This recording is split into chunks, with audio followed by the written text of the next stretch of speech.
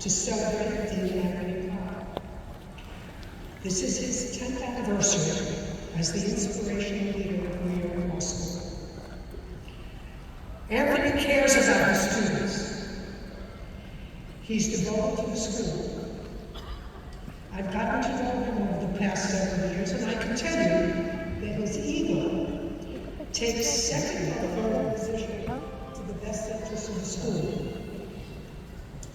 That, in my life's experience, is unique. My hope is that he will invite me to speak at his 20th anniversary, and that I will be in a position to accept the invitation.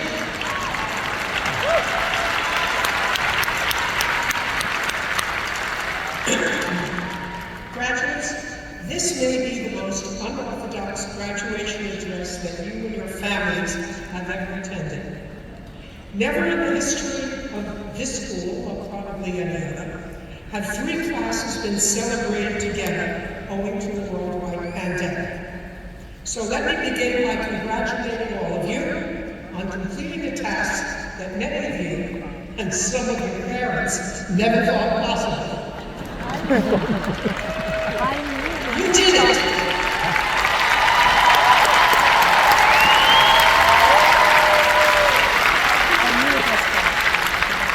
Top, middle, or last in your class, each and every one of you is a lawyer today. You have a degree and a profession that will keep you independent forever.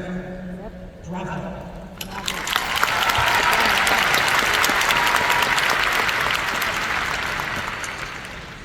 In preparation for this speech, I watched countless commencement addresses. I watched Oprah. I watched Meryl Streep. I watched Michelle Obama. I watched Steve Jobs. All were terrific. But, truthfully, several days later, I couldn't remember any of those speeches, except for Steve Jobs. He told stories about himself, about his life, and the things that helped him mold and forge the success that he enjoyed. When you invite a person to deliver a commencement address, especially one that will probably be your last in a long procession of graduations, I believe, a la Steve Jobs, that you should expect the benefit of their life's experience. A couple of memorable stories, and a few takeaways. Are you all hearing me okay? Is there an echo here? Is it okay? Tell me. This way? Center line. I have to center myself, thank you. My story begins in Brooklyn, where I was born in 1942. Yes, I was born in 1942. To the young dentist and his beautiful bride. When I was 10 years old, we moved into a private house on Ocean Avenue. We lived in the middle of the lot. My best friend Elaine lived on the opposite side of the street. It was a 4-lane highway. Visiting my friend involved carefully strategizing the traffic lights, a random car exiting a driveway, bicyclists, as well as a police officer who might catch me for jaywalking. It was the beginning of becoming street smart and analyzing facts, factoring in variables, all to achieve a result. I was an unremarkable student, although average, in elementary school and high school. I flourished in my first year of law school in Washington.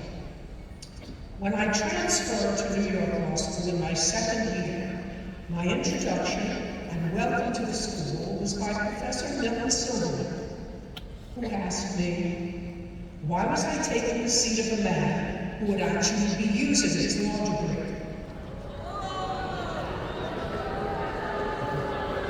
I was stunned. I was challenged. No tenured professor was going to define me.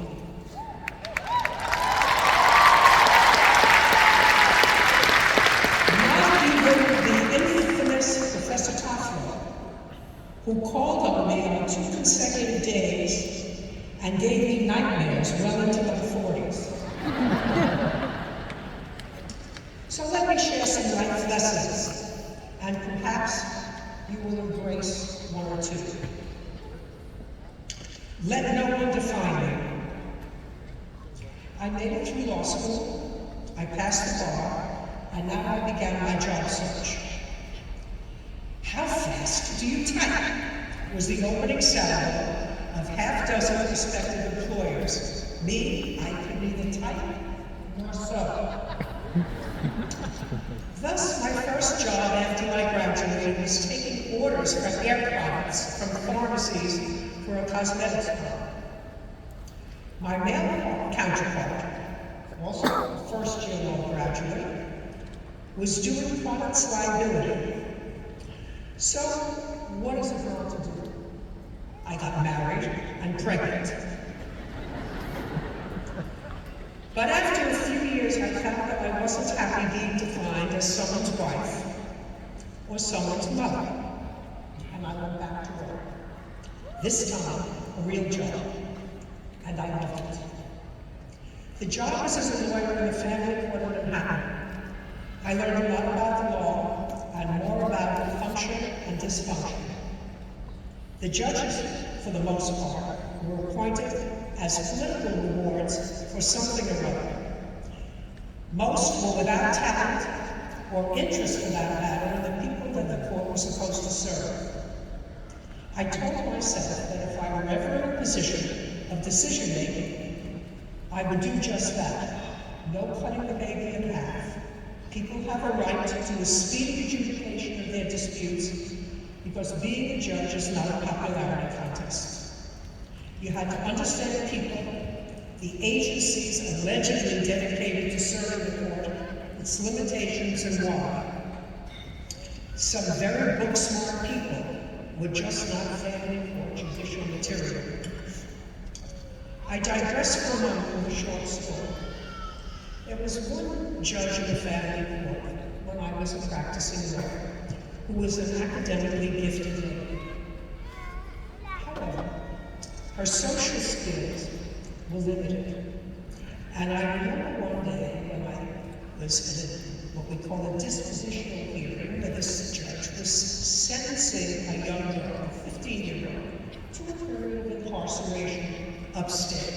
And this rather tough young kid who had been convicted of 3 or 4 robberies started to cry. Our judge, empathizing with her, said, "Please, stop crying. I know exactly how you feel. When I was 15, my parents sent me to Paris, and I didn't want to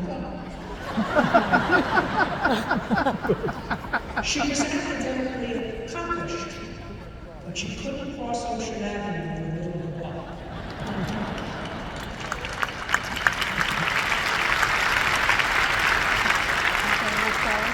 Lesson 2, reach your potential, and everyone's is different. Nothing is happier than a life lived to its full potential.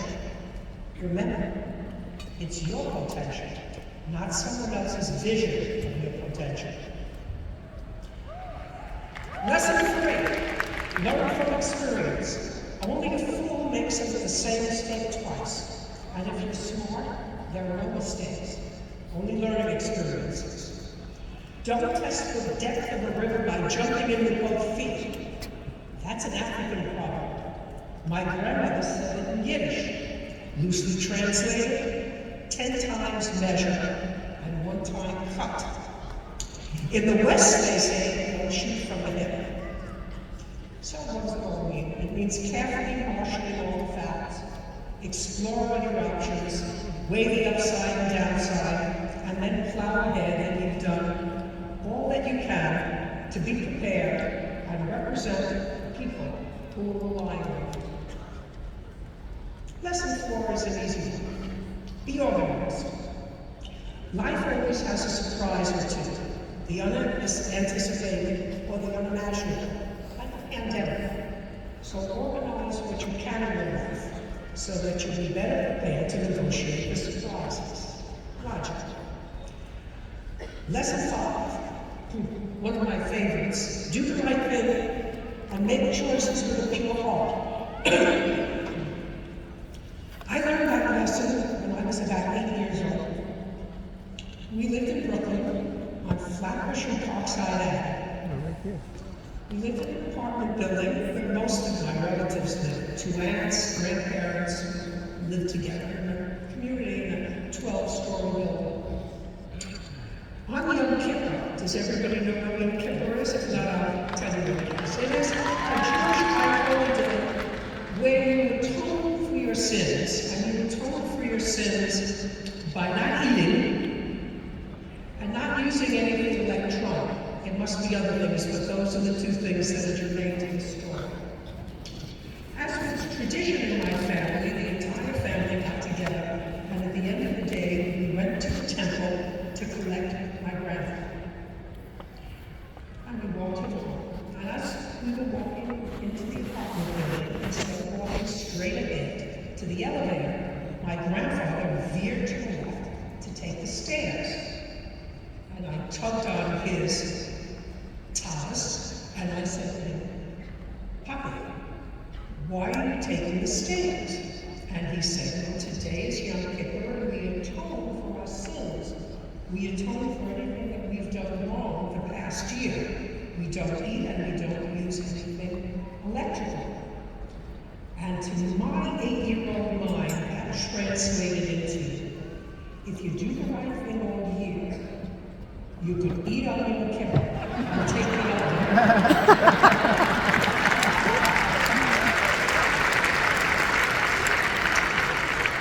Lesson number 6. If you have a choice of being liked or respected, choose both.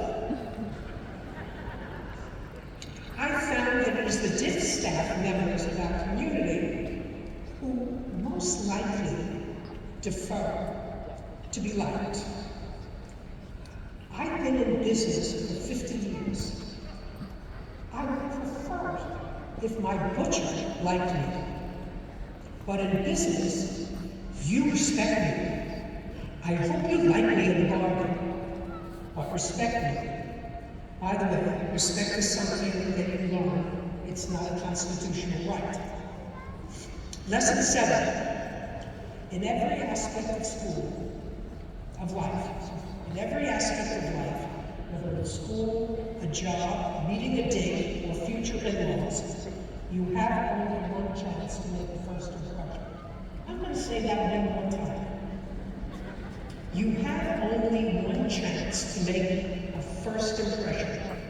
While it's possible to redeem yourself over time from that bad beginning, it's much easier to do it right the first time.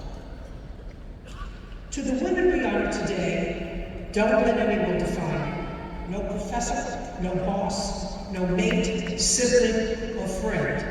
You define you.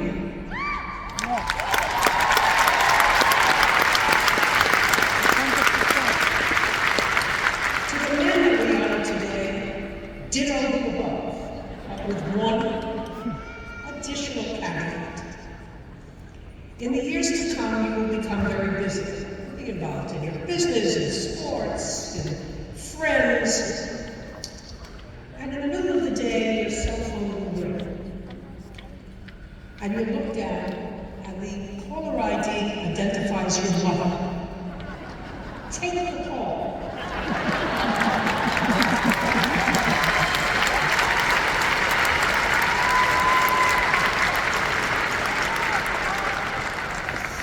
Final word.